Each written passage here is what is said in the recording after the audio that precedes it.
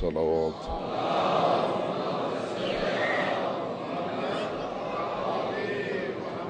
علی العظیم رب اشرح لی صدری ویسر لی امری واحلل عقدۃ من لسانی یفقهوا قولی اعوذ باللہ من الشیطان اللعین الرجیم بسم اللہ الرحمن الرحیم الحمد للہ رب العالمین والصلاة والسلام على اشرف الانبیاء والمرسلین سیدنا و نبینا و شفیع ذنوبنا و طبیب قلوبنا و مولانا ابی القاسم محمد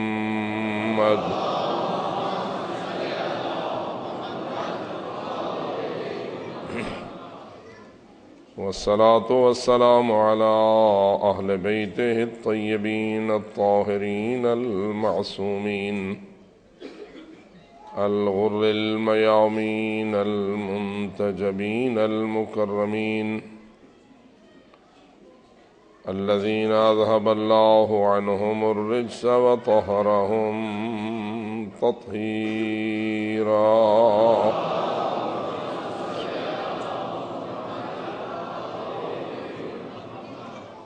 ورحمة الله على أحبابهم وأصحابهم وشيعتهم ومواليهم أجمعين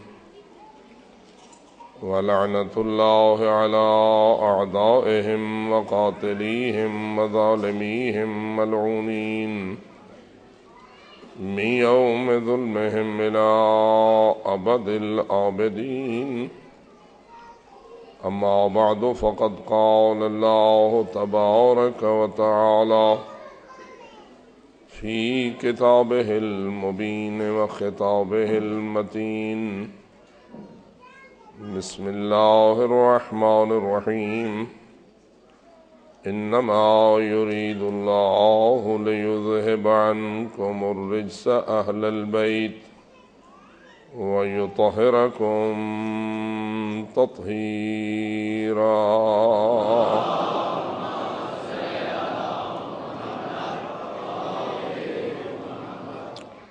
بارگاہ ربوبیت میں عاجزانہ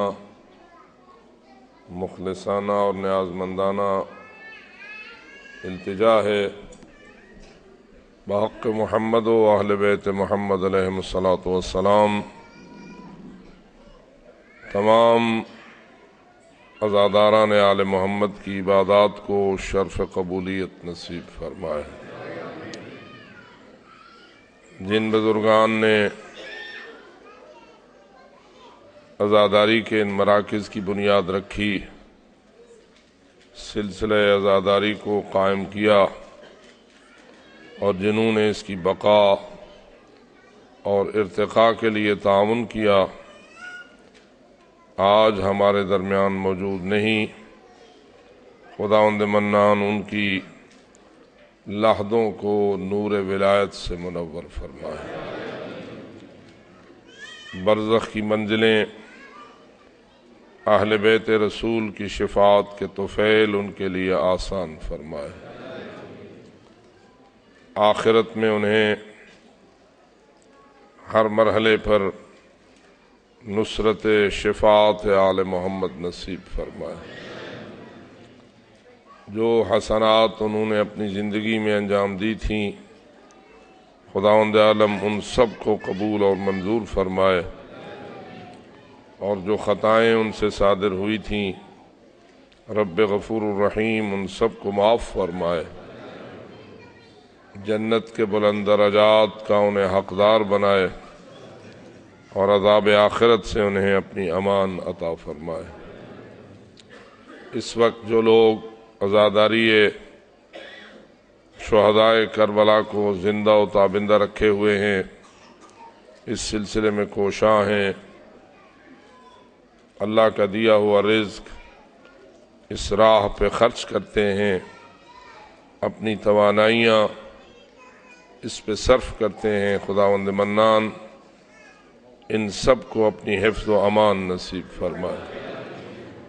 دشمنان آزاداری جو شب و روز سازشوں میں مصروف ہیں، خداوند عظیم ان سب کو ناکام فرمائے، ان کی سازشوں کا ضرر خود ان کی طرف رد فرمائے، اور ہم سب کو عزادار بن کر جینا، عزاداری میں مرنا اور عزاداران شہدائے کربلا سے ہو کر محشور ہونا نصیب فرمائے۔ جو حضرات ان دعاؤں کو قبول کروانا چاہتے ہیں بآواز بلند صلوات پڑھیں۔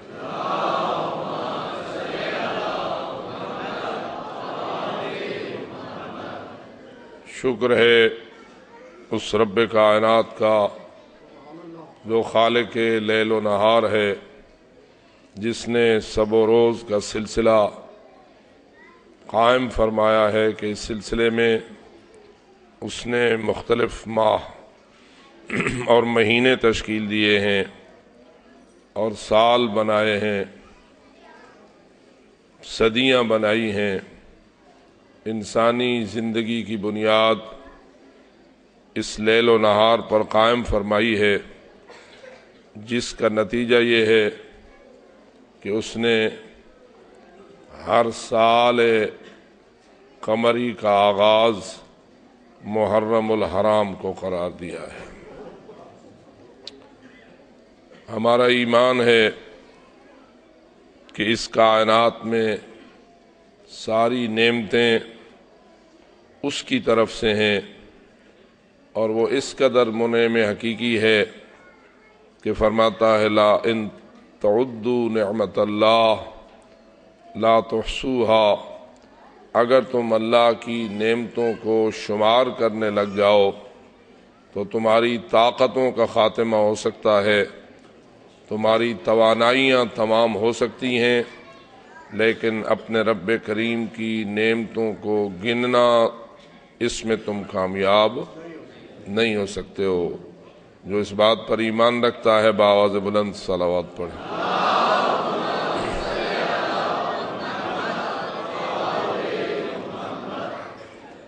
ان نعمتوں میں سے، ان انعامات و احسانات ربانی میں سے ایک بہت بڑی نعمت یہ ہے کہ اس نے ہمیں محرم عطا فرمایا، اس نے ہمیں کربلا عطا فرمائی، اس نے ہمیں ذکر حسین عطا فرمایا، اور اس نے ہمیں عزاداری مظلوم جیسی بے مثال نعمت نصیب فرمائی۔ خوشابخت ہیں وہ لوگ جو اپنے سال نو کا آغاز ذکر حسین سے کرتے ہیں۔ دنیا مختلف اقوام پر مشتمل ہے، معاشرہ بشری ہزارہا قومیں، ہزارہا قبیلے اور ہزارہا اقسام اپنے اندر رکھتا ہے، اور جب بھی کبھی ہم دیکھتے ہیں تو نظر آتا ہے کہ ہر قوم اپنے سال نو کو منانے کے لیے، سال نو کے آغاز کے لیے انہوں نے مختلف قسم کی رسمیں، مختلف قسم کے خوشی کے اقدامات بنائے ہوئے ہیں۔ ایک نہیں ہزاروں اقوام ہیں اور ان کی ہزارہا قسم کی رسمیں ہیں، لیکن ہم اللہ کا شکر ادا کرتے ہیں کہ اس نے ہمیں نئے سال کا آغاز عزاداری حسین کے ذریعہ کرنے کی نعمت نصیب فرمائی ہے۔ عزیزان من، اس کو فقط اپنے آباء و اجداد کی رسم نہ سمجھو، اس کو اپنے آباء و اجداد کی رکھی ہوئی ایک رسمی بنیاد نہ سمجھو، بلکہ یہ وہ بنیاد ہے جو سنت انبیاء ہے، جو سنت رسل ہے۔ غم حسین میں آنسو بہانا فقط آپ کو نصیب نہیں ہوا۔ اگر روایات پہ نظر ڈالی جائے، کوئی بھی نبی جب کربلا سے گزرا ہے تو آنسو بہا کے گزرا ہے۔ کسی بھی حجت خدا کو اور مرد الہی کو اس زمین کے ٹکڑے سے جس کو کربلا کہا جاتا ہے، جب بھی اس کو گزرنے کا اتفاق ہوا ہے تو بہت ساری روایات اس امر پر شاہد ہیں۔ اس کا دل مرجھا گیا ہے، اس کی آنکھیں ڈبڈبا گئی ہیں، اور اس خاک پر بیٹھ کر اس نے چند آنسو بہائے ہیں اور اس ذکر کو یاد کیا ہے جسے آپ ذکر حسین کہتے ہیں۔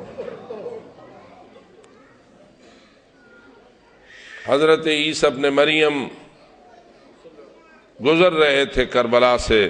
بہت سارے لوگ جانتے ہیں کہ حضرت عیسیٰ ایک جگہ بیٹھنے والی شخصیت نہ تھے، اکثر سفر میں رہتے تھے۔ تبلیغ پیغام حق کرنے کے لیے سفر ان کی عادت تھی۔ کثرت سے سفر کرنے والوں میں ایک نبی حضرت عیسیٰ ہیں، لیکن روایت کہتی ہے جب انہیں بھی کربلا سے گزرنے کا اتفاق ہوا تو زمین کربلا پہ بیٹھ گئے اور ذکر حسین کر کے روتے رہے۔ حضرت جناب امیر المومنین علی ابن ابی طالب علیہ الصلاۃ والسلام جب جنگ صفین کے معرکے کے لیے نہر فرات کے کنارے جا رہے تھے، بہت سارے لوگ جانتے ہیں کہ چلے ادھر جدھر سے پانی فرات کا آ رہا تھا، امیر المومنین کا لشکر مخالف سمت میں جا تھا، لیکن عبداللہ ابن عباس راوی ہیں کہ ایک مقام ایسا آیا جہاں علی حیدر کرار نے اپنے لشکر کو چھوڑ دیا، چلے ایک علاقے کی جانب۔ میں ان کے ساتھ تھا، پہنچ گئے ایک ایسی زمین پر جس پر بیٹھے اور خاک کو سونگھنا شروع کیا، اور میں نے دیکھا کہ علی حیدر کرار کے آنسو بہنے لگے۔ زمین کربلا علی حیدر کرار کے آنکھوں سے تربتر ہونے لگی۔ عبداللہ ابن عباس کہتا ہے میں نے پوچھا مولا یہ کیسی زمین ہے کہ جس کو سونگ سونگ کر آپ رو رہے ہیں؟ اس وقت علی حیدر کرار کی زبان طاہر پر یہ جملے آئے، عبداللہ ھذا محبت دمائنا وھذا مناخ رکابنا۔ اے ابن عباس، یہ وہ جگہ ہے جہاں ہمارا خون بہایا جائے گا، یہ وہ جگہ ہے جہاں ہمارے خونوں کی ندیاں بہیں گی۔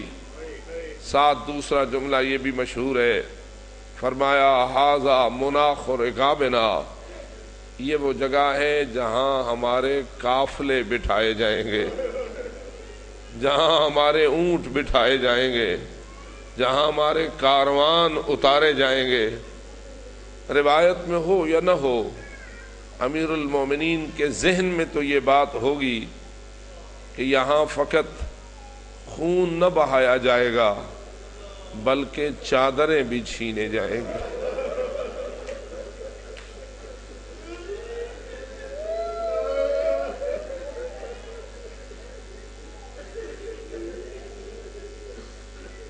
یہاں فقط حسین کا لاشا ہی پامال نہ ہوگا بلکہ زینب کی چادر بھی اتار لی جائے گی۔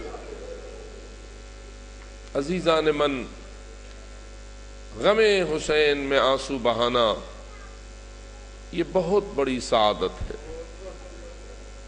بے مثال نعمت ہے، سنت پیغمبران ہے، بلکہ سید الانبیاء کی سنت ہے۔ کیوں نہ آپ کو یاد دلاؤں، جب ولادت ہوئی امام مظلوم امام حسین علیہ الصلوۃ والسلام کی، اس مولود مسعود کی ولادت ہوئی جس کے متعلق بعض روایتیں کہتی ہیں کہ ماں کے پیٹ میں کہتا تھا انا عطشان۔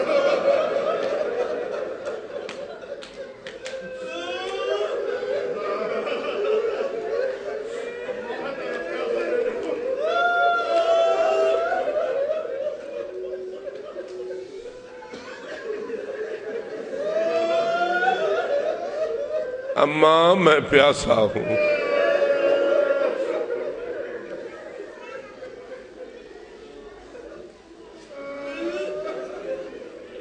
حضرت جناب رسالت مآب صلی اللہ علیہ وآلہ وسلم نے اپنی دختر نیک اختر حضرت فاطمۃ الزہرا سلام اللہ علیہا کو پہلے سے ارشاد فرما دیا تھا، میری بیٹی، اللہ تجھے ایک عظیم فرزند سے نوازنے والا ہے، جب اللہ تجھے یہ بیٹا دے تو دیر نہ کرنا، مجھے جلدی سے خبر دینا۔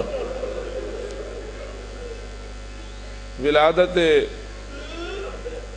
امام سید الشہداء ہوئی، امام حسین کی ولادت باسعادت ہوئی، جیسا کہ آپ جانتے ہیں مشہور ہے 3 شعبان کو، 4 ہجری کو علی المشہور ہوئی۔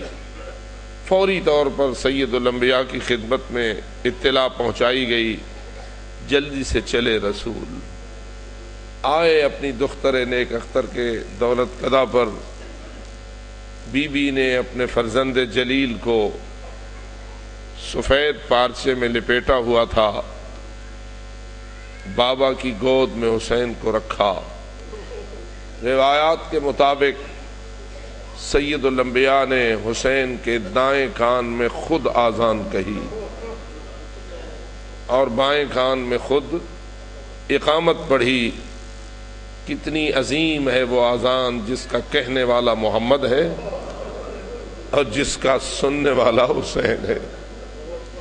کتنی بلند ہے وہ اقامت جس کا پڑھنے والا سید الانبیاء ہے اور جس کو سننے والا سید الشہداء ہے۔ دائیں کان میں آذان، بائیں کان میں اقامت تمام ہوئی تو اب کیا ہوا؟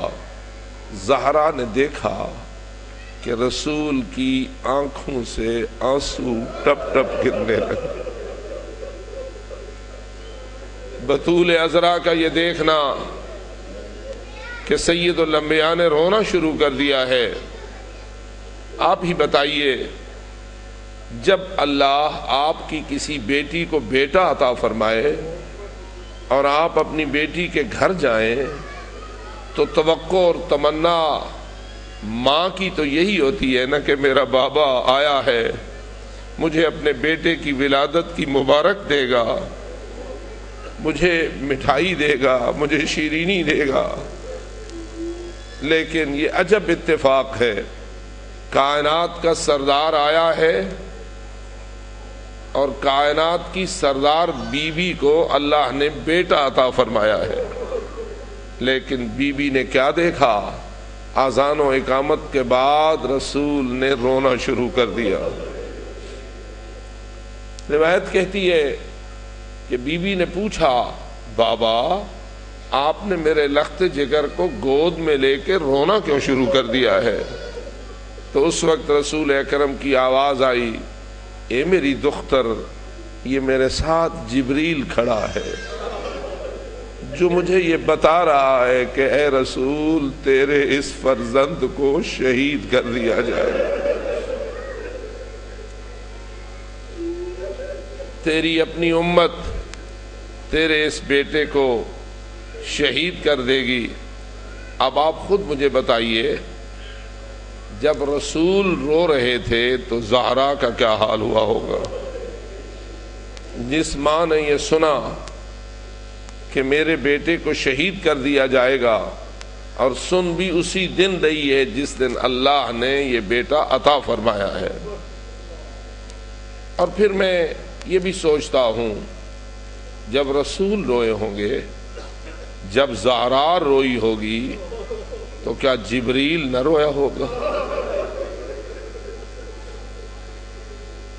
جس جبریل نے اللہ کی یہ وحی اور مستقبل کی یہ خبر غیب رسول اکرم تک پہنچائی، تو کیا وہ خاموش رہا ہوگا؟ اے جبریل، کیا تو ہی وہ نہیں ہے جو حسین کی ولادت پر ہزاروں فرشتوں کی جماعت لے کر رسول کو مبارکباد کہنے کے لیے آیا ہوا ہے؟ اے مبارکباد دینے والے، اللہ جانے تو نے مبارک دی یا آنسو بہائے۔ آنسو بہے رسول کے، آنسو بہے زہرا کے۔ یہاں اگر میں اس پہلو پہ بھی تھوڑی سی آپ کی توجہ مبذول کراؤں، دین نام ہے قرآن اور سنت رسول کا۔ دین کی بنیاد کیا ہے؟ اللہ کی کتاب قرآن مجید اور سنت رسول۔ جو کچھ اللہ نے اپنی کتاب میں بیان کیا وہ دین ہے، اور جو کچھ سید الانبیاء نے فرمایا یا کر کے دکھایا وہ دین ہے۔ سنت رسول دین ہے، سنت رسول عبادت ہے۔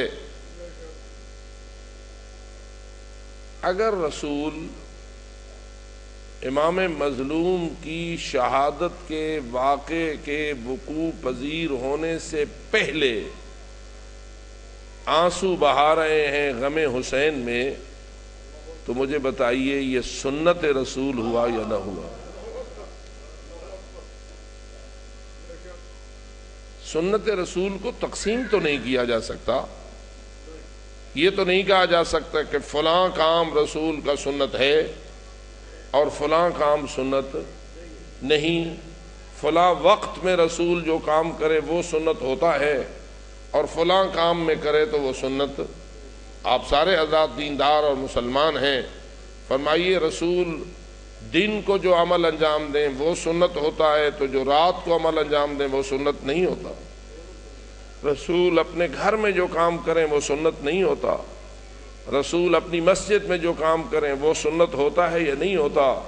غرض ہے کہ کسی مسلمان کو یہ حق نہیں ہے، پوری امت کو یہ حق نہیں ہے کہ وہ رسول کے کردار میں تفکیک کرے اور اس کو تقسیم کرے، اور کسی کردار کو سنت مانے اور کسی کردار کو سنت نہ مانے۔ نہ کسی مفتی کو یہ حق حاصل ہے، نہ کسی عالم کو یہ حق حاصل ہے، نہ کسی مجتہد کو یہ حق حاصل ہے، نہ کسی امام فقہ کو یہ حق حاصل ہے۔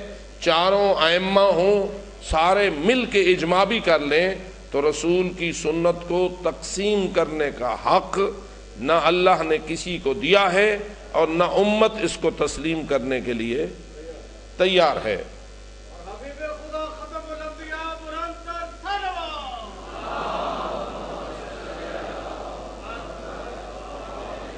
جب رسول اکرم صلی اللہ علیہ وآلہ وسلم کا ہر قول بھی سنت ہے، ہر فعل بھی سنت ہے، بلکہ علماء نے اس حد تک اس میں وسعت دی ہے کہ تقریر رسول بھی سنت ہے۔ تقریر سے کیا مراد؟ اگر رسول اکرم نے خود نہ فرمایا ہو، ان کے سامنے کوئی کہے اور رسول اس پہ رضا مندی کا اظہار کرے یا ان کے چہرے پہ شکایت نہ ہو، اس شخص کا قول بھی سنت اور حدیث کی حیثیت اختیار کر لیتا ہے، اس لیے کہ رسول اکرم نے اس پہ تائید دے دی ہے۔ اگر کوئی رسول اکرم کے سامنے کوئی کام کرے اور رسول اس پہ اعتراض نہ کریں، رسول اس کی تردید نہ کریں، بلکہ قولی طور پر یا اشارے کے ساتھ یا اپنے چہرے کے علامات کے ساتھ اس کی تائید کا اظہار کر دیں تو اس کا کام بھی سنت میں داخل ہو جائے گا، اور اس کا عمل بھی یا اس کی گفتگو بھی حدیث کا حصہ بن جائے گی۔ اس لیے علماء نے اس کو اس طرح ادا کیا ہے کہ قول رسول بھی حدیث ہے، فعل رسول بھی حدیث ہے، تقریر جو اصطلاحی لفظ ہے جس کو سادہ کیا جائے تو تائید رسول بھی حدیث کی حیثیت رکھتی ہے۔ اور جب اتنی وسعت ہے سنت رسول میں، اتنی وسعت ہے حدیث رسول کے مفہوم میں، تو میں پوچھتا ہوں جب غم حسین میں رسول آنسو بہائے، اس کو ہم کس کھاتے میں لیں؟ کیا سنت کا حصہ ہوگا یا نہیں؟ کیا کوئی اس پہ یہ کہہ سکتا ہے کہ اس کو ہم سنت ماننے کے لیے تیار نہیں؟ تو اگر ماننے کے لیے تیار نہیں تو تجھے تو دین سے خارج کیا جا سکتا ہے، رسول کے آنسوؤں کو تو سنت ہونے سے خارج نہیں کیا جا سکتا۔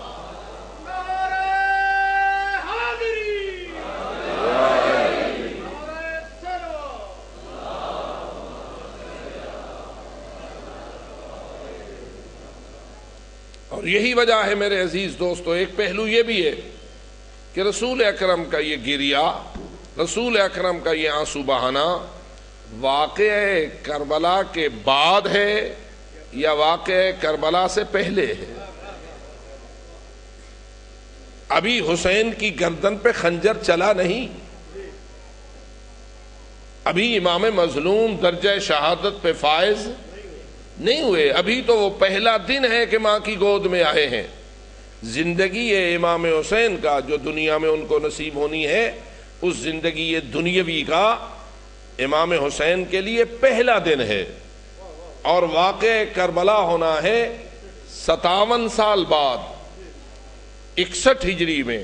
اگر امام کی ولادت 4 ہجری کو ہے اور 61 ہجری میں ہونا ہے واقع کربلا، تو 57 سال پہلے رسول کے آنسو بہ رہے ہیں شہادت حسین کو یاد کر کے۔ تو بتائیے جو شہادت سے 57 سال پہلے آنسو بہائے اور ہو سید الانبیاء،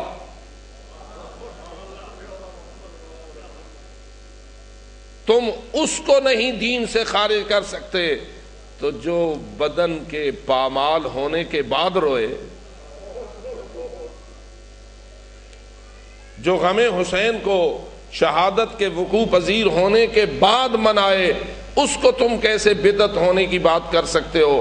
پس معلوم ہوا یا سنت کو سمجھتے نہیں ہو یا بغض حسین کا شکار ہو چکے ہو۔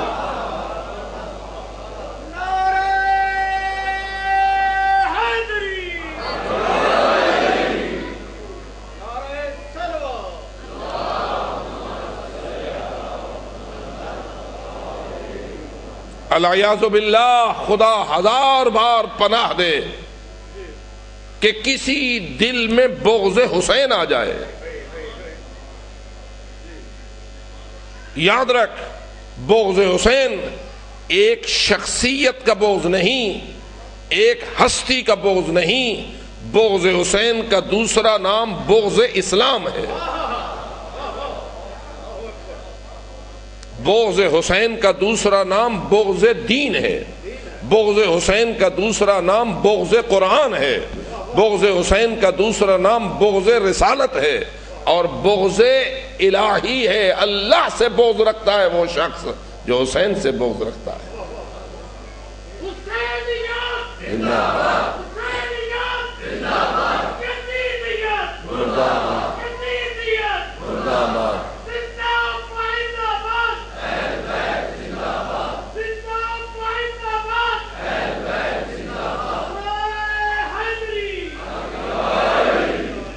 جس دل میں حسین مظلوم کا بغض آ گیا، اس کے دل میں رب العزت کا بغض آ گیا، اس کے دل میں محمد مصطفیٰ کا بغض آ گیا، اس کے دل میں قرآن و اسلام و دین حق کا بغض آ گیا۔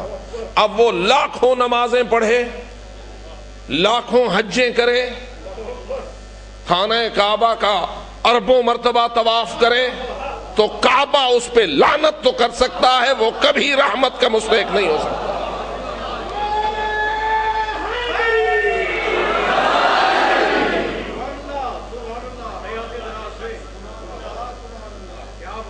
خوشا بخت ہیں، سعادت مند ہیں، لائق تبریک ہے وہ دل جس میں حب حسین کا نور موجود ہے۔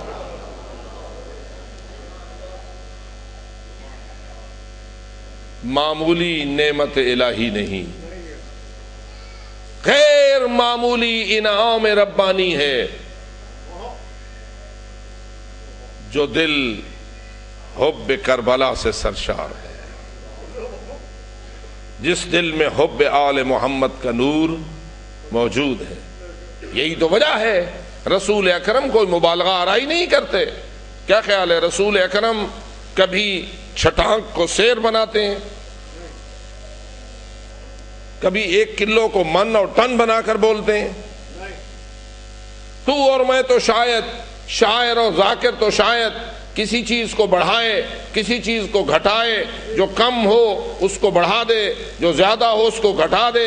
وہ اپنی شاعری میں بھی ایسا کر سکتا ہے، وہ اپنی نثر میں بھی ایسا کر سکتا ہے، لیکن رسول کی زبان وحی کی زبان ہے۔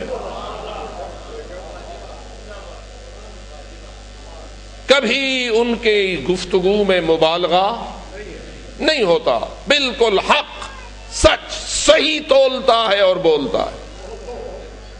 ایک جسے آپ اپنی محاورے میں کہتے ہیں ایک رتی کا فرق بھی رسول کی گفتگو میں نہیں ہوتا، ٹھیک تولتا ہے اور بولتا ہے۔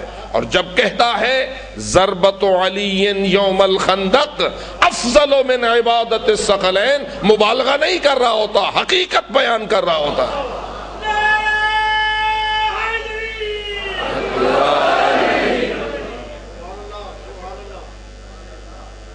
ایسا ہو نہیں سکتا کہ ہو سید الانبیاء قرآن کہے کہ ما ینطق عن الہوی ان ہوا الا وحی یوحی، اور کسی بے وقوف احمق کی سوچ میں یہ آئے کہ رسول ویسے جوش خطابت میں کہہ گئے، رسول حب علی میں یہ کہہ گئے، رسول رشتہ داری کی بنیاد پر یہ کہہ گئے۔ جو اس قسم کی سوچ سوچتا ہے وہ رسول کے حق میں منافق تو ہو سکتا ہے، دین کا مخلص نہیں ہو سکتا۔ اس لیے رسول جو بولتے ہیں حق بولتے ہیں، جو بولتے ہیں سچ بولتے ہیں، کبھی مبالغہ آرائی نہیں فرماتے، کبھی وہ ایک تھوڑی چیز کو بڑی چیز بنا کر پیش نہیں کرتے۔ اور جب وہ نہیں کرتے تو تجھے خیال کرنا چاہیے کہ رسول اکرم جب فرما رہے ہیں کہ ان کی محبت میری محبت ہے اور ان کا بغض میرا بغض ہے، کہا ہے رسول نے یا نہیں؟ حوالے دینے کی ضرورت نہیں، کتب اہل سنت میں بھی یہ حدیثیں موجود ہیں، کتب اہل تشیع میں بھی یہ حدیثیں موجود ہیں۔ اور یہی وجہ ہے کہ رسول نے اگر یہ نہ فرمایا ہوتا، آج لوگ بغض حسین کا علل اعلان کرتے، لیکن دل میں بغض ہو پھر بھی اعلان نہیں کرتا کہ میں دشمن حسین ہوں۔ تیرے سامنے اس وقت کوئی فرقہ مسلم ایسا نہیں ہے جو بغض حسین پر ایمان رکھنے کی بات کرتا ہو۔ رکھتے ہیں بغض، کہہ نہیں سکتے۔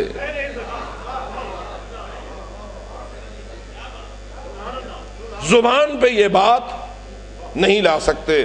یہ رسول کی محنت کا معجزہ ہے،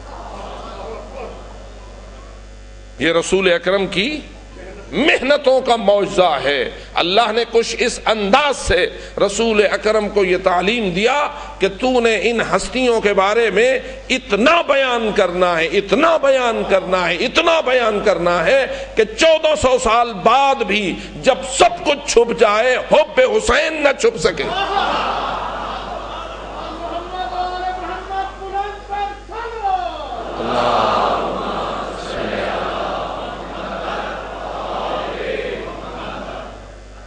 اس لیے میرے عزیز مہربانو، آؤ ممنون احسان ہے ہم اس زبان وحی کے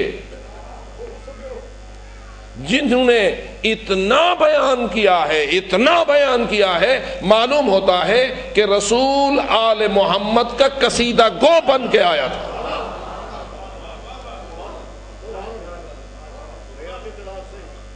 توجہ کیجئے، میں تو یہ کہنے میں حق بجانب ہوں گا کہ جتنی حدیثیں فضائل آل محمد کی اور حب اہل بیت کی اس وقت کتب احادیث اہل سنت و تشیع میں موجود ہیں، فقط رسول نے اتنا نہیں کہا،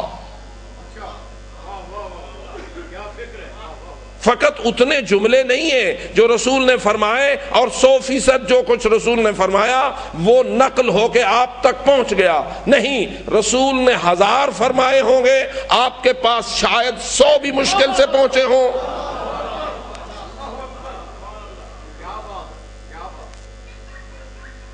یعنی کثیر حصہ رسول کی فرمائش کا آپ تک نہ پہنچا، مختلف اسباب کی وجہ سے، مختلف اسباب کی وجہ سے۔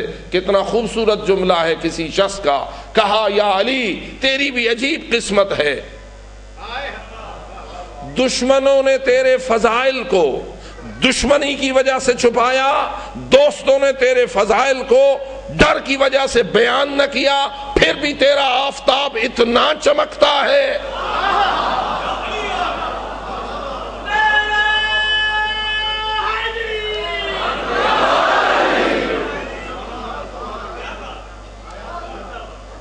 تمہیں کوئی شخص ایسا ملے گا کہ جس کے خلاف حکومتی وسائل 1 صدی تک اس حد تک استعمال کیے گئے ہوں کہ کوئی خطبہ جمعہ ایسا نہ ہو جس میں علی کو گالیاں نہ نکالی جائیں۔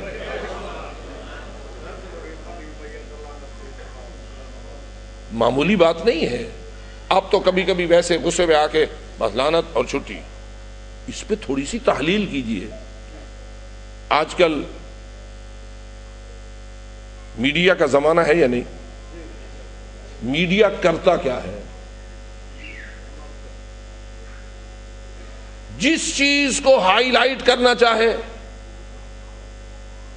اس نقطے کو اتنا اٹھا دیتا ہے کہ لوگ اس میں شک نہیں کر سکتے، اور جس چیز کو چھپانا چاہے اس کو اتنا پردے میں ڈال دیتا ہے کہ لوگوں کو اس کا کچھ پتہ ہی نہیں ہوتا۔ میڈیا ایک قوت ہے، پروپیگنڈا ایک طاقت ہے، حق کو باطل بنا کے پیش کر سکتا ہے، باطل کو حق بنا کے پیش کر سکتا ہے۔ یہ جتنے آپ لوگ بیٹھے ہوئے ہیں، جب آپ سے کوئی پرچی لینا چاہتا ہے پتہ نہیں آپ کے دل کو موڑ کیسے کر لیتا ہے، لیکن آپ بہرحال اس کے کہنے کے مطابق اس کی تقریروں، اس کی تبلیغ، اس کا پروپیگنڈا، اس کا میڈیا، اس کے ذریعہ اتنے موڈ ہو جاتے ہیں کہ بالآخر جو وہ چاہتا ہے وہی کچھ آپ کر دیتے ہیں۔ اور صورتحال آج کل بھی میڈیا کی ہے۔ آج کل کا میڈیا چلو الیکٹرانک میڈیا ہے اور تیز ہے، لیکن ہر دور میں میڈیا رہا ہے یا نہیں؟ اور نماز جمعہ بھی کوئی میڈیا کا کام کرتی ہے یا نہیں؟ جی، اگر نماز جمعہ کی خطابت مرکز کے کنٹرول میں ہو، ایک مرکز خطیب جمعہ کو جو کہے وہی اس نے کہنا ہو، اب مرکز ہو یزید کے باپ کے ہاتھ میں، مرکز ہو یزید کے ہاتھ میں، مرکز ہو بنی امیہ کے دیگر حکمرانوں کے ہاتھ میں، جن میں کوئی عبد الملک ابن مروان ہے اور کوئی ہشام ابن عبد الملک ہے اور کوئی ولید ابن عبد الملک ہے اور کوئی کیا ہے اور کوئی کیا ہے، جاؤ تاریخ سے پوچھو کہ یہ لوگ کس کردار کے لوگ تھے۔ اسلام کے بالکل اپوزٹ کردار کا نام ہے بنی امیہ۔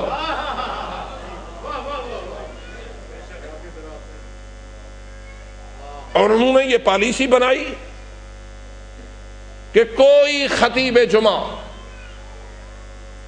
اس وقت تک خطبہ دے نہیں سکتا جب تک کہ اپنے خطبے میں علی ابن ابی طالب پہ اسی طرح لعنت نہ کرے جس طرح تم ابلیس پہ لعنت کرتے ہو۔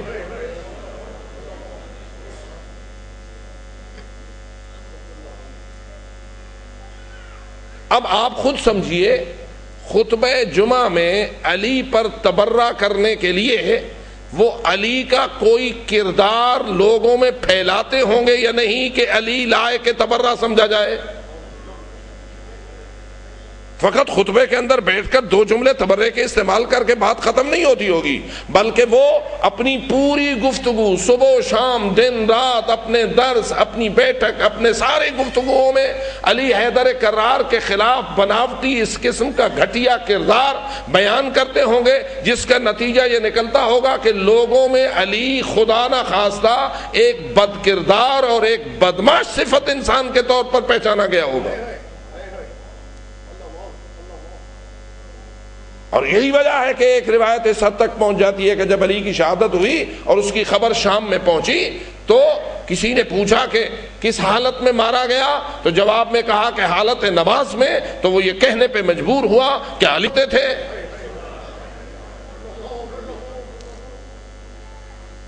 اور یہ تو ابتدائی دور تھا، یعنی علی کی شہادت کا دور تھا۔ کیا آپ کے علم میں ہے کہ جب حضرت امام حسن علیہ السلام نے صلح فرمائی تھی تو اس صلح کے شرائط میں ایک شرط باقاعدہ قانونی طور پر یہ لکھوائی گئی تھی، صلح کی شرط کے طور پر، کہ میرے بابا کو گالیاں نہیں نکالی جائے گی۔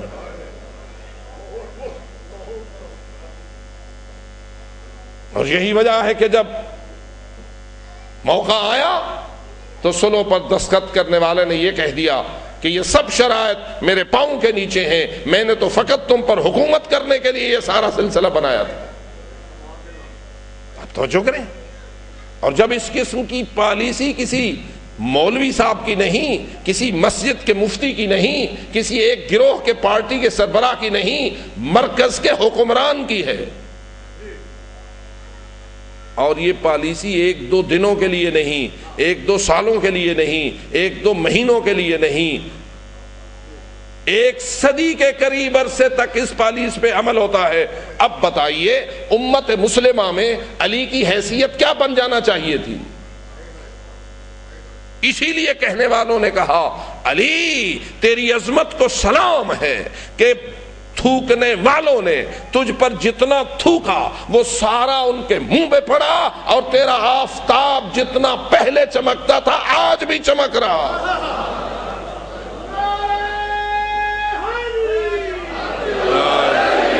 علی کا طرز زندگی منافقت کی موت ہے، علی کا طرز زندگی منافقت کی موت ہے،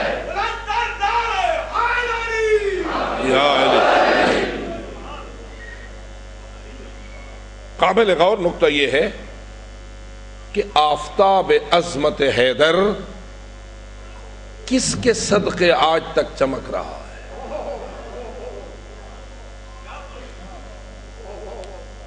اصل اس عظمت کا سبب کیا ہے؟ ہم لوگ ذرا انصاف کیجئے، یعنی کیا محبان علی نے علی کی عظمت کو بچایا ہے؟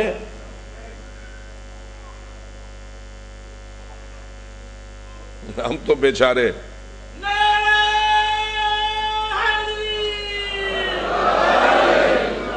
ڈر ڈر کے بھی فضائل علی کو بیان کرنے سے کتراتے رہے۔ تو دراصل کیا ہے؟ مجھے یہ کہنے کی اجازت دیجیے، دراصل آفتاب عظمت حیدر بلند ہے محمد مصطفیٰ کی زبان وحی کی محنت کے نتیجے میں۔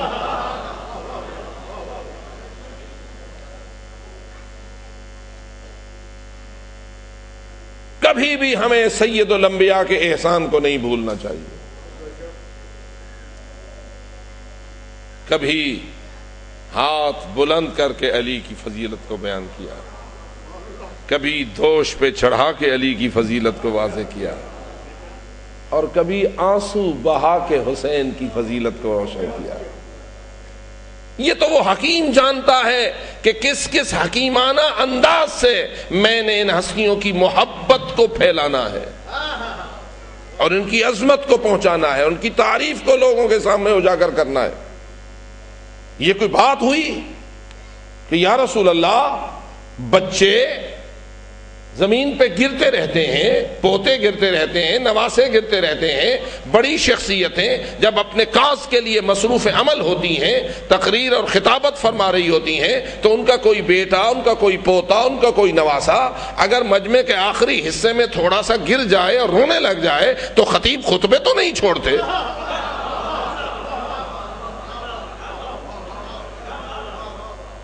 جیسا کہ تم میری مثال لے لو، میں یہاں آپ کے سامنے بیٹھا اپنا فریضہ تبلیغ انجام دے رہا ہوں، اگر میرا کوئی لاڈلا بیٹا وہاں سے اس کی رونے کی آواز آئے تو کیا آپ یہ پسند کریں گے؟ یہ میرے لیے معقول سمجھیں گے کہ میں اپنا سارا کو چھوڑ دوں، ممبر کو چھوڑ دوں، تقریر کو چھوڑ دوں، مجمع کو چیروں، وہاں جا کے بچے کو اٹھاؤں؟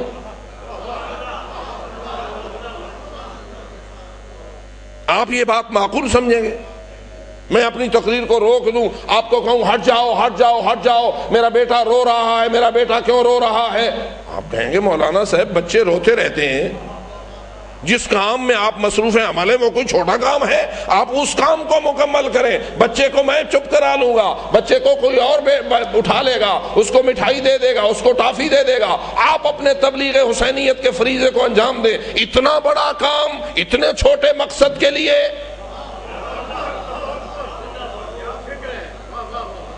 چھوڑنا کوئی معقول تو نہیں۔ آپ ایک عام سے، چھوٹے سے خطیب، چھوٹے سے مقرر، چھوٹے سے ذاکر، چھوٹے سے مبلغ سے یہ مناسب نہیں سمجھتے اور غیر معقول قرار دیتے ہیں کہ وہ اپنے بچے کے رونے پر اتنی بڑی تبلیغ کو چھوڑ دے، لیکن چھوڑ دیا ہے اس نے۔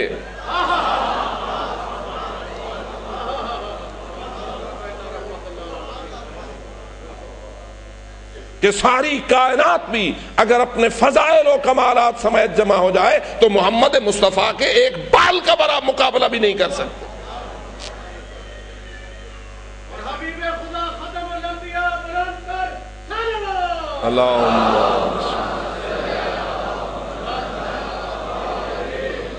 اور یہ ایک حقیقت ہے یا نہیں؟ یہ بناوٹ ہے یا حقیقت ہے؟ یہ کسی نے قصہ بنایا ہے یا حقیقت ہے؟ یہ مبالغہ آرائی ہے یا حق بیانی ہے؟ بین المسلمین متفق علیہ ہے کہ حسین روئے، رسول نے منبر چھوڑ دیا۔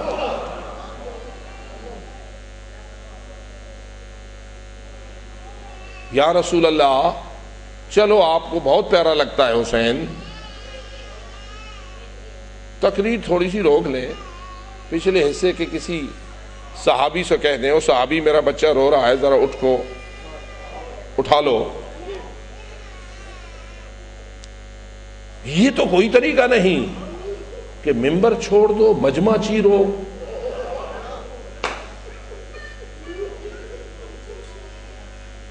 جاؤ اور وہاں سے آخری حصے سے، مسجد کے دروازے کے قریب سے حسین کو اٹھاؤ اور پھر مجمع کو چیرو اور منبر پہ آؤ اور وقت تک خطبہ شروع نہ کرو جب تک حسین چپ نہ ہو جائے۔ اور زید ابن ارقم جیسے صحابی ابن زیاد کے ظالمانہ، متشددانہ اور انتہائی خبیث دربار میں بھی، نابینائی کے منظر میں بھی کھڑا ہوا کہہ رہا ہے، میں نے ان آنکھوں سے دیکھا ہے کہ رسول حسین کے ان لبوں پہ بوسے دیتے تھے۔ اگر تفصیلی روایات میں بندہ جائے تو امام حسین علیہ السلام کو اٹھایا سید الانبیاء نے، مجمع کو چیرا اور منبر پر آئے، اپنی گود میں بٹھایا، حسین سے پیار کیا، اتنا پیار کیا، اتنا پیار کیا، اور پھر دکھایا لوگوں کو کیا منظر کہ حسین کو اٹھایا، اٹھا کر اس طرح سے اٹھایا کہ حسین مولا کے قدم رسول کے سینے پہ تھے،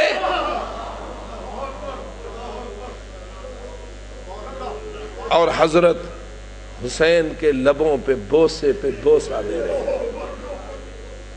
اور راوی کہتے ہیں اتنے مرتبہ بوسے دیے، اتنی مرتبہ بوسے دیے کہ ہم گن نہ سکے کہ کتنی تعداد ہے۔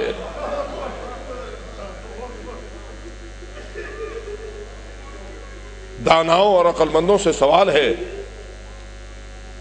وہ جو سراپا حکمت ہے، جس کو علم ہے کہ میری ہر حرکت دین ہے، میرا ہر عمل دین ہے، قرآن زیادہ مقدس ہے یا رسول کا عمل؟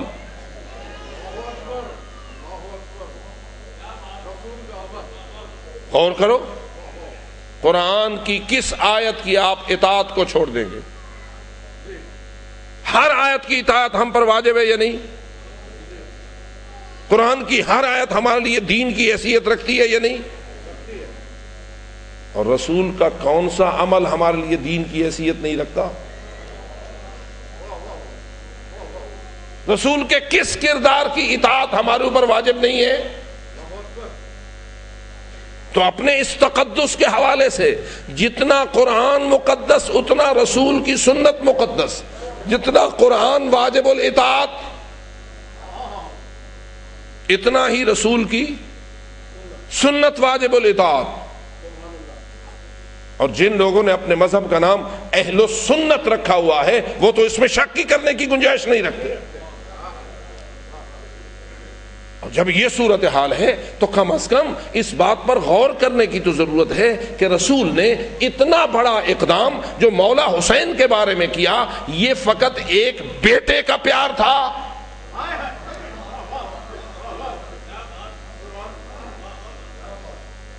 توجہ ہے؟ ایک نواسے سے محبت کا اظہار تھا؟ اگر یہ ایک نواسے یا ایک بیٹے سے محبت کا اظہار تھا، پھر ایسا اظہار ہم میں سے ہر ایک کے لیے سنت رسول بننا چاہیے۔ نقطہ میرا سمجھ آ رہا ہے؟ کیونکہ رسول جو اقدام کرتے ہیں وہ ان کی امت کے لیے دین ہوتا ہے۔ رسول اکرم نے اپنی ازواج کے بارے میں جو سلوک اپنایا، کیا ہم پر واجب ہے یا نہیں کہ ہم بھی اپنی ازواج کے ساتھ وہی سلوک کریں؟ یا ہمارا سلوک اپنی بیویوں سے کچھ اور ہو اور رسول کا کچھ اور ہو، اور ہم کہیں رسول نے اپنی بیویوں سے ویسے باتیں کی تھیں، وہ کوئی دین تھوڑا تھا؟ اور اگر ایسا نہیں تو پھر قابل غور ہے یہ نقطہ کہ اگر میرا نواسا روئے تو مجھے اجازت نہیں دیتا، تیرا پوتا روئے تو محفل کو چھوڑنے کی اجازت نہیں دیتا، رسول کا نواسا روئے تو رسول نے کیوں چھوڑا؟ نواسے کی محبت میں، بیٹے کی محبت میں نہیں نہیں نہیں۔ اور اگر پوچھنا چاہتا ہے تو یہ کیا تھا، تو جواب یہ ہے بیٹا اور نواسا ضرور تھا، لیکن فقط بیٹے اور نواسے کی محبت نہ تھی، دین بچانے والے سے محبت تھی۔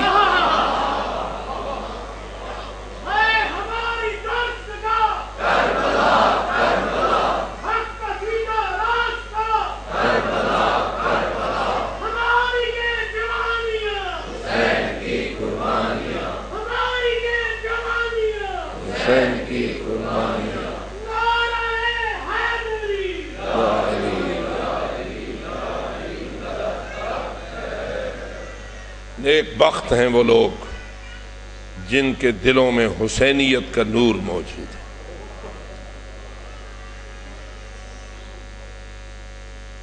اور یہ اللہ کا بہت بڑا انعام ہے جس کا نام حسینیت ہے۔ اور ہم اللہ کا جتنا بھی شکر ادا کریں کم ہے کہ اس نے ہمیں اپنے سال کا آغاز حسینیت کے ذریعہ کرنے کی توفیق عطا فرمائی۔ اور اگر کہہ دوں اکثر اقوام اپنے نیو ایئر کا آغاز، اپنے سال نو کا آغاز یزیدیت کے ساتھ کرتے ہیں، اور اللہ کا ہم پہ کرم ہے کہ ہم اپنے سال کا آغاز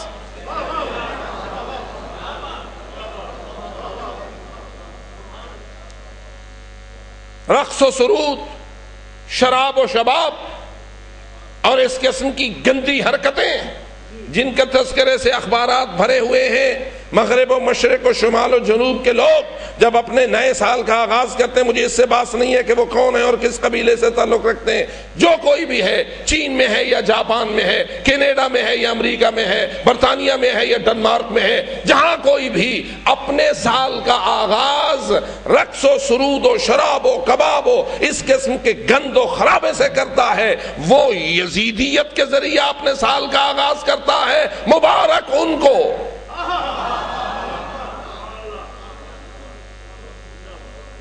جو ہلال ماہ محرم دیکھتے ہیں تو ان کی زبان پہ بھی حسین آتا ہے،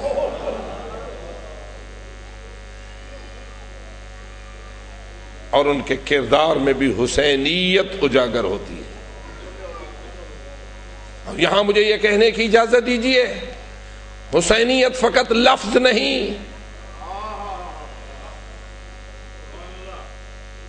حسینیت فقط نعرہ نہیں، حسینیت تیری زندگی کی کامیابی کا بنیادی نسخہ ہے۔ اگر تجھے حسینیت سے محبت ہے کہ یقیناً ہے، تو ذرا پھر اپنے کردار زندگی پہ نظر ڈال کہ وہاں کہاں کہاں حسینیت نظر آتی ہے۔ ایسا نہیں ہونا چاہیے زبان پہ حسین ہو، کردار میں حسینیت کا رنگ نظر نہ آئے، نعرہ حسینیت زندہ باد کا ہو اور کردار میں یزیدیت کی جھلک نظر آئے۔ ایسا بندہ حسینی نہیں ہو سکتا، منافق تو ہو سکتا ہے۔ کیا خیال ہے؟ حسینیت میں مومن اور مخلص ہونا چاہیے، یہ منافق ہونا چاہیے؟ حسین کو مخلصین کی ضرورت ہے، اسے منافقون سے کوئی بھی سروکار نہیں ہے۔ یہی وجہ ہے کہ مدینہ چھوڑ رہا ہے، عام اعلان نہیں کر رہا ہے کوئی جو میرے ساتھ چلے۔ کیا جانتے نہ تھے کہ میرے ساتھ کیا ہونا ہے؟ آپ اپنے ایمان کے مطابق امام حسین کے متعلق کیا کہنا چاہیں گے؟ انہیں کچھ پتہ نہ تھا کہ میں کہاں جا رہا ہوں اور کیا ہونا ہے۔ جب پتہ تھا تو کیا عام اعلان کیا، آؤ چلو میرے ساتھ، ہر ایک کو ساتھ لینے کے لیے تیار ہے؟ نہیں، بلکہ موتی چن رہا ہے،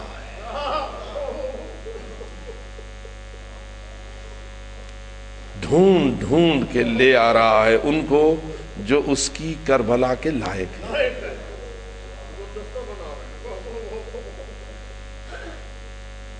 اور حسین کا انتخاب فقط ایسے مردوں تک محدود نہیں جو میدان جنگ کے مجاہد ہوں، بلکہ اس کے انتخاب میں وہ خواتین بھی آ رہی ہیں جنہوں نے حسینیت کو چار چاند لگانے ہیں، جنہوں نے حسینیت کو سر بلند کرنا ہے، جن کا ایک ایک قدم حسینیت کے لیے اہمیت رکھتا ہے۔ اور کبھی سوچتا ہوں، یہ ابن رسول اللہ زینب و ام کلثوم تو آغوش زہرا کی پلی ہے، علی اصغر کی ماں تو آغوش زہرا کی پلی نہیں۔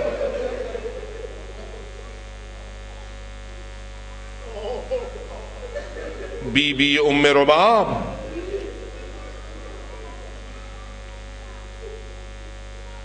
حرم امام حسین ہے، دو اولادیں اسے امام حسین کی طرف سے ملی ہیں، ایک بیٹی ہے جس کا نام سکینہ ہے، ایک بیٹا ہے جس کا نام علی اصغر مشہور ہے۔ بیٹی کی عمر میدان کربلا میں چند سال کی بیان کی جاتی ہے، اگر 6-7 سال کی بھی سکینہ کو مان لیا جائے تو رباب کو حرم مظلوم میں آئے ہوئے کتنا سال ہونے چاہیے؟ پلی تو اپنے بابا کے گھر ہے نا، بیٹی امرؤ القیس کی ہے نا، جوان تو اپنے باپ کے گھر میں ہوئی ہے نا، آغوش میں اپنے ماں باپ کے پلی ہے، آئی ہے اہل بیت کے گھرانے میں 7-8 سال میں کوئی ایسی نورن علی نور ہو گئی ہے۔ کہ مصائب کے جتنے پہاڑ ٹوٹے ہیں اس نے کبھی زینب کبریٰ کو شکایت کا موقع نہیں. بیبیوں، تمہارے لیے نمونہ عمل ہے رباب. کردار مادر علی اصغر پہ نظر رکھو. اللہ جانے کس طرح نگاہ انتخاب حسینی پہ پوری اتر رہی ہے رباب کہ چند دن کا علی اصغر ہے. 28 رجب سے چند دن پہلے ہی تو ولادت ہونی چاہیے نا حضرت علی اصغر کی، کہ چند دن کا علی اصغر ہے. اور حالات ظاہری کے مطابق ماں اور اس کے بچے کو اتنے سنگین سفر میں لے جانے کی کوئی مناسبت نظر نہیں آتی، اس لیے کہ جب ولادت ہوئی ہو تو زچا اور بچا کو تو آرام کے مراحل میں رکھا جاتا ہے، اور ہمارے ہاں تو 40 دن تک اس کو کوئی کام ہی نہیں کرنے دیا جاتا، بلکہ کافی عرصے تک اس کو آرام سے رہنا پڑتا ہے. لیکن اللہ جانے اے میرے مولا حسین، آپ کا علی اصغر بھی چھوٹا سا ہے، علی اصغر کی ماں بھی مراحل ولادت سے تازہ گزری ہوئی ہے، لیکن آپ تو اتنے سنگین سفر میں لے چلے. معلوم ہوتا ہے امام حسین جس مشن کے لیے کربلا جا رہے ہیں اس مشن پہ پوری اترتی ہے مادر علی اصغر. اور یہی وجہ ہے کہ پھر تاریخ پہ نظر ڈال، وہ کون سی ماں ہے جس کا بیٹا تڑپ گیا ہو،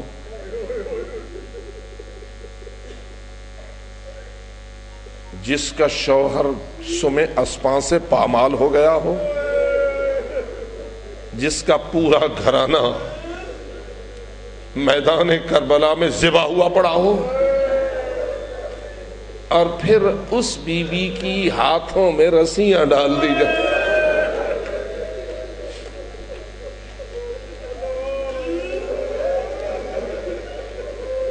عزاداروں، مجھے آپ سے فقط توجہ کے لیے چند جملے کہنا ہوتے ہیں کہ آپ کی توجہ ہو جائے اور آپ اپنے ہدف کی طرف چلے جائیں. اپنے مقصد کربلا کو مت بھولیں. یاد رکھو، رونا عبادت ہے، آنسو سنت پیغمبر ہے، لیکن معرفت کے ساتھ. پہچانے انسان کہ میں کس مقصد کے لیے آنسو بہا رہا ہوں، کس مشن کے لیے رو رہا ہوں. ذرا غور تو کر، یہ کتنی قیمتی شخصیات.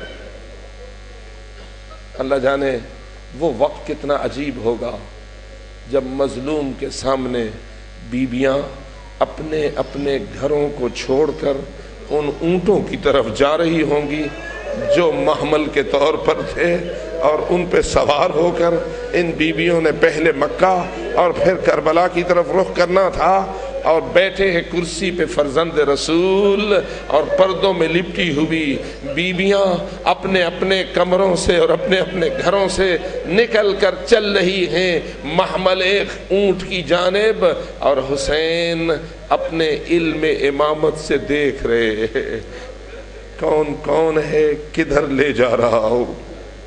میں کبھی سوچتا ہوں کہ آخر امام حسین نے دل دل میں یہ سوچا تو ہوگا، آؤ زینب تجھے لے چلوں. کدھر لے چلوں؟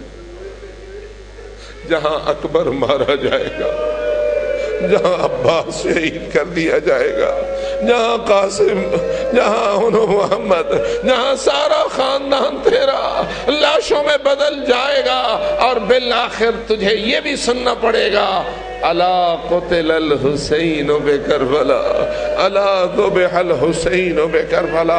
اے کاش مصیبت کا منظر یہاں پہ ختم ہو جاتا نہ. پھر حسین کا یہ جملہ ہمیں آج بھی بیدار کر رہا ہے کہ اپنے استغاثے میں کہہ رہے تھے، حل من ذاب یذب عن حرم رسول اللہ، کوئی ہے جو رسول کی پردہ دار بیٹیوں کے پردوں کی حفاظت کرے، کوئی ہے جو حرم پیغمبر کی بیٹیوں کی حفاظت کرے؟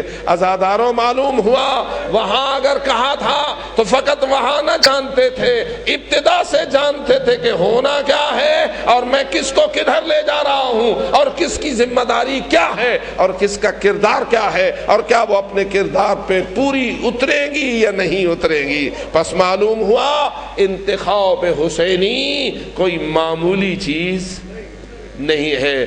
آج اگر ہم اپنے دلوں میں نور ایمان پاتے ہیں، اگر ہم اپنے قلوب میں اسلام اور دین پاتے ہیں، تو یہ یا تو اس سر کا صدقہ ہے جو نوکے سنا پہ چڑھ گیا، یا ان لہو کے قطروں کا نتیجہ ہے جو کربلا کی خاک میں بہہ گئے، یا ان سروں کا نتیجہ ہے جن کی چادریں اجڑ گئی، ان ہاتھوں کا نتیجہ ہے جو رسیوں میں بندھ گئے، ان بیویوں کی قربانیوں کا نتیجہ ہے جن کے بارے میں انسان کہے تو کیا کہے اور بتائے تو کیا بتائے، اللہ جانے۔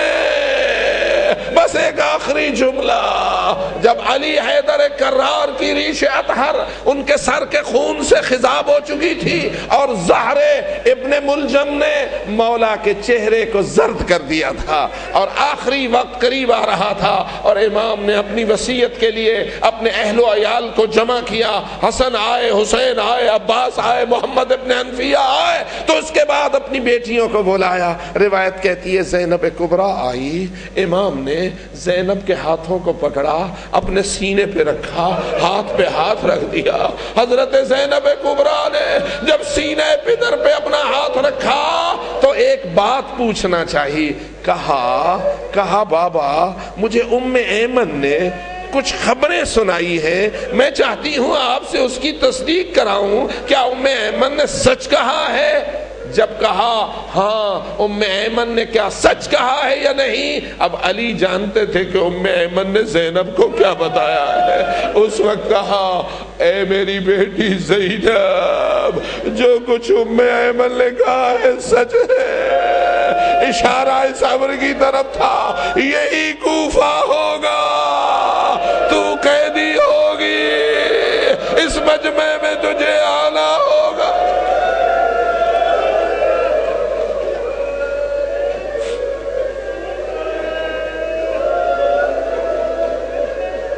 عزادارو، یہ کوئی معمولی چیز نہیں ہے، اس کو تربیت کہتے ہیں، اس کو جرأت دلانا کہتے ہیں، اس کو مقصد کے ساتھ محبت میں اضافہ کرنا کہتے ہیں۔ گویا علی زینب کی تربیت کر رہے تھے، دختر زہرا کو آمادہ کر رہے تھے، اور یہی وجہ ہے۔ پھر کہا جو کچھ ام ایمن نے کہا ہے بالکل سچ کہا ہے، ایسا ہی ہونا ہے، لیکن میری بیٹی صبر